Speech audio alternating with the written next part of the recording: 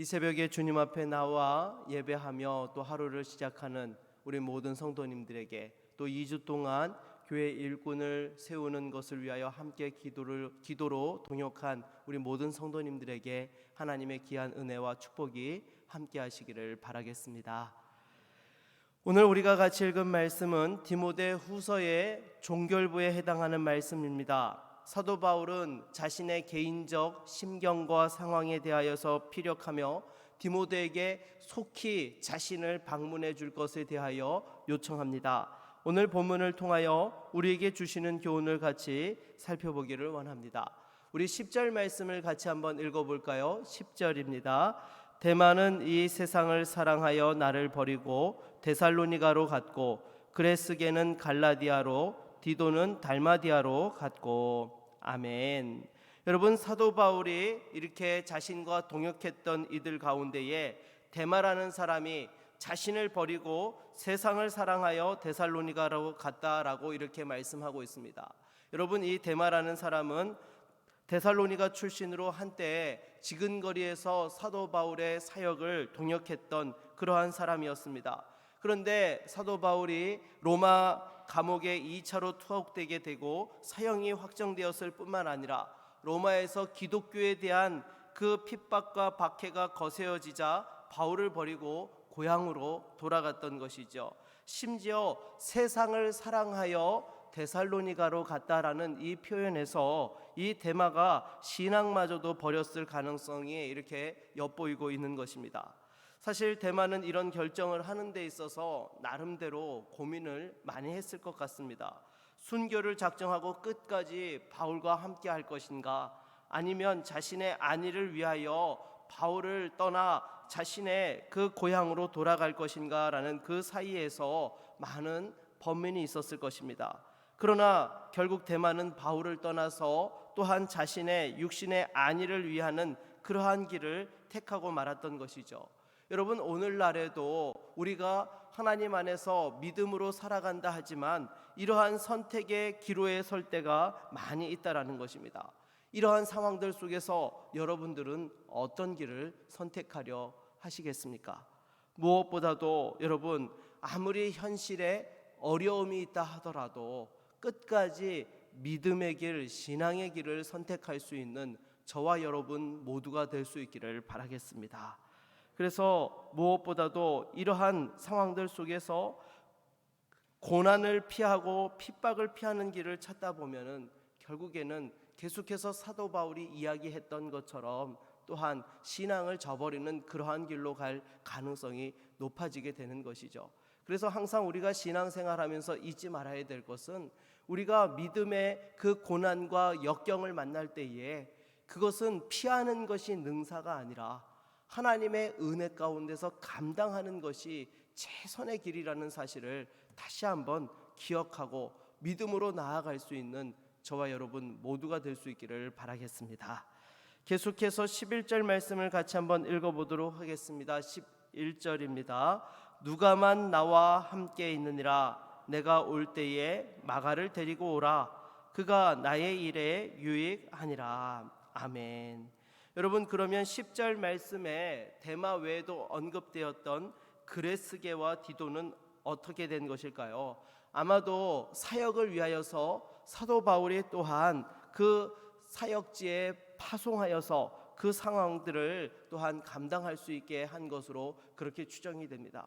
참, 어떻게 보면 여러분, 자신이 순교를 앞두고 있는 상황들 속에서 인간적으로 생각하면 어떠한 마음이 들겠습니까? 누군가가 내 곁에서 나에게 의지가 되어지고 함께 해주기를 간절히 바랄 것입니다. 그럼에도 불구하고 사도 바울은 어떻게 했습니까? 그레스게와 디도를 또한 그 사역지로 보내어서 자신이 없는 그 이후에도 그 사역들이 계속해서 이어져 갈 수 있도록 사람들을 또한 적재적소에 배치하고 또 마지막까지도 이 복음에 집중하였던 것들을 보게 되는 것입니다. 그리고 그 마지막 순교를 앞두고 있는 상황 속에서 끝까지 동행했던 이가 있는데 누구였습니까? 바로 누가였던 것이죠. 누가는 마지막까지 바울 곁에서 또한 이와 같이 바울의 건강을 보살피면서 또 바울이 편지를 써서 보낼 때에 그곳에서 같이 하며 복음의 사역들을 감당하였던 것입니다. 누가는 이처럼 지극히 충성된 사람으로서 주님께서 오시는 그날까지 성경에 충성스러운 믿음의 일꾼으로 그 이름이 기록되어지는 영광을 누리게 된 것입니다. 솔직히 여러분, 누가가 이러한 영광을 얻게 되리라고 조금이라도 생각했겠습니까? 그러나 마지막까지 자신에게 맡겨진 일에 충성을 하였을 때에 이와 같은 영광을 얻게 되었던 것이죠. 여러분, 우리들도 마찬가지인 것입니다. 늘 하나님 앞에서 또한 영광스럽게 쓰임받는 비결이 무엇인가 하면 지극히 작은 일이라 할지라도 하나님께서 맡겨주신 일에 최선을 다하여 믿음으로 감당하는 자에게 하나님께서 그와 같은 영광을 허락해 주시는 것이죠. 그래서 여러분, 우리 주님께서도 무엇이라 말씀하였습니까? 지극히 작은 일에 충성한 자를 또한 칭찬하시고 하나님께서 높여주신다라고 이렇게 말씀하셨던 것이죠.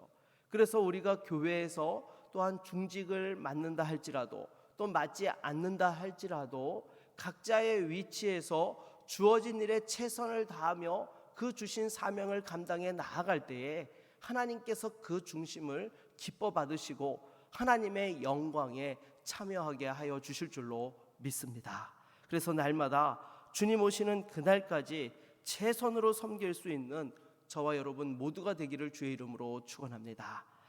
계속해서 14절로 15절 말씀을 같이 한번 읽어보도록 하겠습니다. 14절로 15절입니다. 구리 세공업자 알렉산더가 내게 해를 많이 입혔음에 주께서 그 행한 대로 그에게 갚으시리니 너도 그를 주의하라. 그가 우리 말을 심히 대적하였느니라. 아멘. 여러분, 사도 바울이 자신의 사역 가운데 가장 가슴 아팠던 그리고 너무나 힘들었던 경험들을 말하고 있습니다. 바로 구리장색 알렉산더에 대한 이야기이죠. 이 사람은 디모데전서 1장 20절에 나오는 알렉산더와 동일인으로 이렇게 추정이 되는데요. 예수를 믿다가 배교로 인하여서 교회에서 출교를 당한 뒤에 바울의 복음전도 사역을 해방하고 크게 대적하였던 것 같습니다.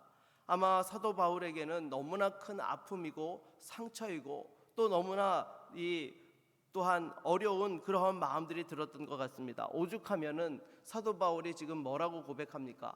주께서 그 행한 대로 그에게 갚아 주실 것이다 라고 이렇게까지 표현하고 있는 것으로 보아서는 아마 이 사람으로 인하여 너무나 많은 고통을 당하였던 것 같습니다. 그래서 지금 어떻게 보면 이 디모데 후서가 무엇입니까? 사도 바울의 유언과 같은 그러한 편지이죠. 자신의 그 마지막 심경을 피력하는 그 상황들 속에서 또한 이렇게 이 알렉산더에 대한 이야기를 하고 있는 것입니다. 그러면 왜 이러한 이야기를 디모데에게 이야기하고 있는 것일까요? 사역의 현장에서 이러한 사람들을 만날 수 있으니까 주의하라라고 그렇게 당부를 하고 있는 것이죠. 반면에 또한 사도 바울은 곧 앞선 말씀을 보게 되면 누구를 같이 데리고 오라고 하였습니까? 마가를 데리고 오라고 하였던 것이죠. 어떻게 보면 사도 바울이 그 사역의 초기에 또한 바나바와 갈라서게 되었던 이유가 바로 이 마가 때문이었던 것이죠.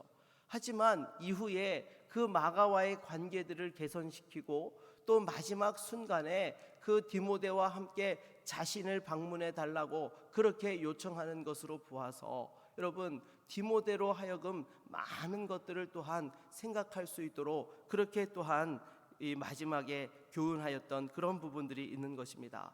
사랑하는 여러분, 우리가 이 세상을 살아가면서 때로 우리가 함께 믿음의 동역을 감당하면서도 마음이 힘들고 틀어지는 그런 상황들이 발생할 수 있습니다.